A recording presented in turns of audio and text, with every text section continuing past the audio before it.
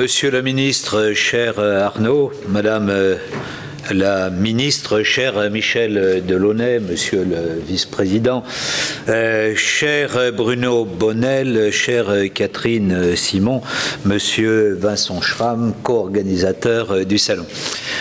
Mesdames et messieurs, nous en sommes, comme le disait le vice-président Gagnère, à la 3e édition du salon InnoRobot. Lorsque nous avons lancé ce salon il y a 3 ans avec Bruno Bonnell, avec Catherine Simon, peu nombreux étaient ceux qui pensaient que nous allions vers une grande réussite. Et pourtant, déjà, un certain nombre d'industriels français, mais aussi d'industriels européens, d'industriels des États-Unis, d'industriels d'Asie, étaient présents sur le salon. L'année dernière encore, nous étions dans les balbutiements et Bruno Bonnell se désolait que le ministère de l'Industrie, de la Recherche, de l'Économie ne soit pas présent dans le salon. Cette année, avec 2 ministres, il est évidemment comblé. Et donc, je voudrais vous remercier, non seulement d'être présent aujourd'hui, mais toi, Arnaud, de venir annoncer à Lyon le plan robotique que le gouvernement souhaite mettre en place.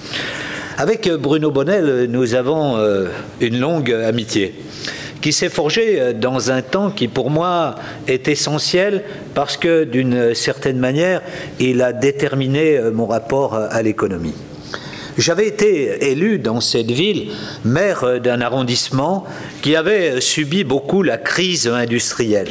C'était un arrondissement qui avait vécu sur le textile, très grande usine textile, Rodiaceta de 7500 personnes, sur la métallurgie ancienne, sur la chimie ancienne, et qui, au tournant des années 70, était totalement affaissé. Toutes ces industries avaient disparu. Et à l'époque, je me demandais comment nous allions essayer de faire revivre ce territoire. Et je me disais, ce territoire a vécu par l'économie, il revivra par l'économie. Mais évidemment, l'économie des temps nouveaux.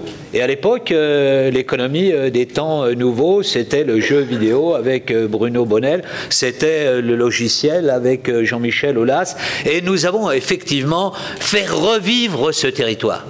Je pense qu'aujourd'hui, c'est toujours de la même manière qu'il faut essayer de penser notre avenir.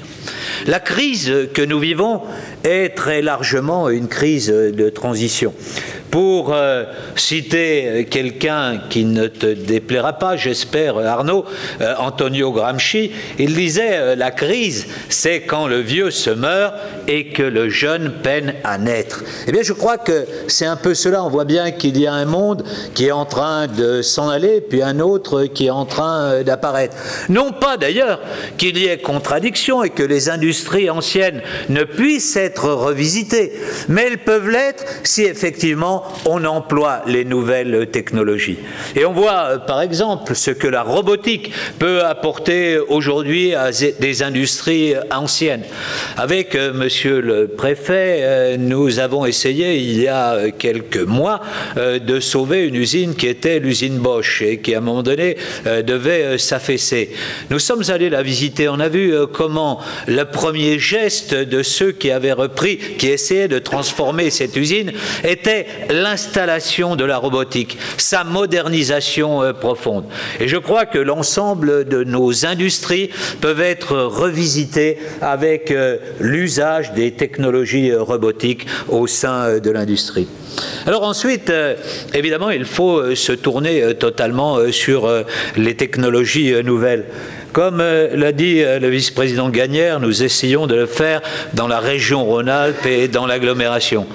Si je regarde ce qui s'est passé, les événements qui se sont passés et qui vont se passer dans l'agglomération lyonnaise au cours de ces 10 derniers jours.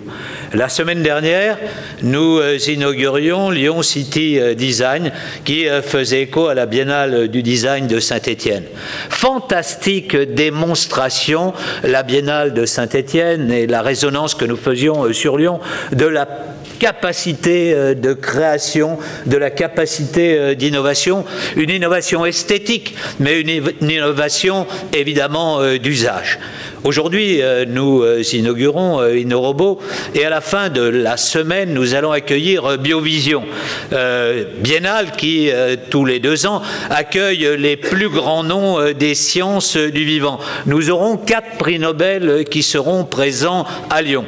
Voilà, nous pensons à la fois évidemment qu'ils font consolider le passé, mais explorer les voies de l'avenir et que dans ce domaine, la robotique est évidemment quelque chose d'essentiel.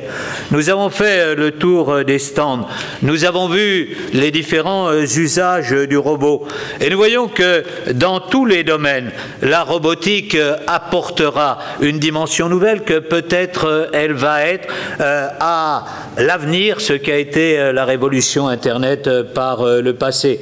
Dans tous les domaines, dans le domaine de la santé, du vieillissement, cher Michel Delaunay, pour répondre aux défis écologiques, on regardait tout à l'heure ces robots qui allaient permettre d'éviter les pesticides et donc qui allaient faire eux-mêmes le travail. Dans le domaine de la sécurité, on en voyait quelques exemples. Dans le domaine des défis urbains, et on voyait par exemple le groupe Veolia qui nous montrait comment demain les robots allaient explorer les canalisations de manière à réduire les fuites d'eau qui sont une des calamités de toutes les villes en matière de gestion de l'eau. Bref, nous sommes en train d'inventer un monde. Monsieur le ministre, merci de vous y adonner tout entier. Et par rapport à la petite phrase que vous me disiez, je pense qu'il est extrêmement important que dans les périodes de difficultés que nous pouvons connaître, on puisse tailler dans les dépenses surtout, sauf sur l'investissement dans l'innovation. Et nous essayons, par exemple, à Lyon, de construire une métropole, de regrouper, comme vous le savez, le département et la communauté urbaine, de manière à pouvoir faire des économies d'échelle. Parce qu'on pense qu'on peut faire des économies d'échelle sur le fonctionnement, mais qu'il y a quelque chose qui est essentiel, c'est l'investissement productif, l'investissement dans l'innovation. Merci de donner ce tempo. Merci.